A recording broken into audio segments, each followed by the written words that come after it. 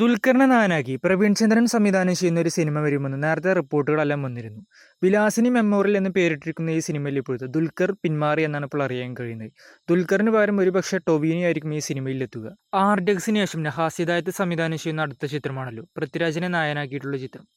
സിനിമയുടെ ഷൂട്ട് ഇപ്പോഴത്തെ നിലവിൽ പൃഥ്വിരാജിന്റെ സിനിമകളായ സലാർ 2 അതുപോലെ തന്നെ എമ്പുരാൻ സിനിമയുടെ ഷൂട്ടിങ്ങിന് ശേഷമായിരിക്കും ആരംഭിക്കുമെന്നാണ് അറിയാൻ കഴിയുന്നത്.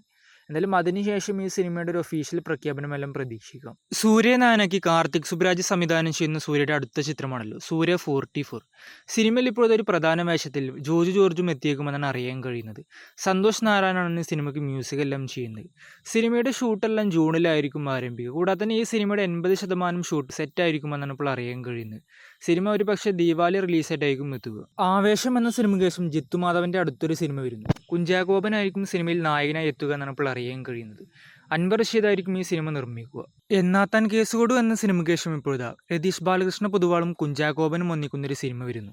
കുഞ്ചാക്കോബനെ കൂടാതെ തന്നെ ഈ സിനിമയിൽ സജിൻ ഗോപുവും രാജേഷ് മാധവനും ഒരു പ്രധാന വേഷത്തിൽ എത്തുമെന്നാണ് അറിയാൻ കഴിയുന്നത്. രജനി നായകനാവുന്ന ചിത്രമാണല്ലോ വേട്ടയൻ എന്ന ചിത്രം. സിനിമയിൽ ഇപ്പോഴത്തെ രജനിയുടെ ഭാഗങ്ങളെല്ലാം ഷൂട്ട് ഇപ്പോൾ കംപ്ലീറ്റ് ചെയ്യുകയാണ്.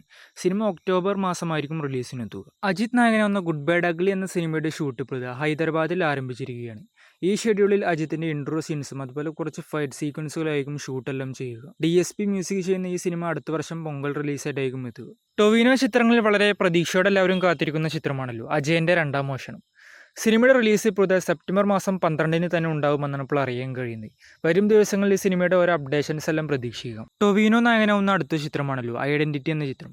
സിനിമയിൽ ഇപ്പോഴത്തെ തൃശയുടെ ഭാഗങ്ങളെല്ലാം ഇപ്പോൾ ഷൂട്ട് കംപ്ലീറ്റ് ചെയ്തിരിക്കുകയാണ്. അഖിൽ പോൾ, അനസ്ഖാൻ എന്നിവർ സംവിധാനം ചെയ്യുന്ന ഈ സിനിമ ഓണം റിലീസായിട്ടായിരിക്കും ചിലപ്പോൾ എത്തുക. സൂര്യയുടെ വാടിവാസൽ എന്ന സിനിമയുടെ അപ്ഡേറ്റിനായിട്ട് ഇപ്പോൾ എല്ലാവരും കാത്തിരിക്കുകയായിരിക്കും. സിനിമയുടെ ഒരു അപ്ഡേറ്റ് ഇപ്പോഴത്തെ വെട്രിമാരൻ തന്നെ തന്നിരിക്കുകയാണ്.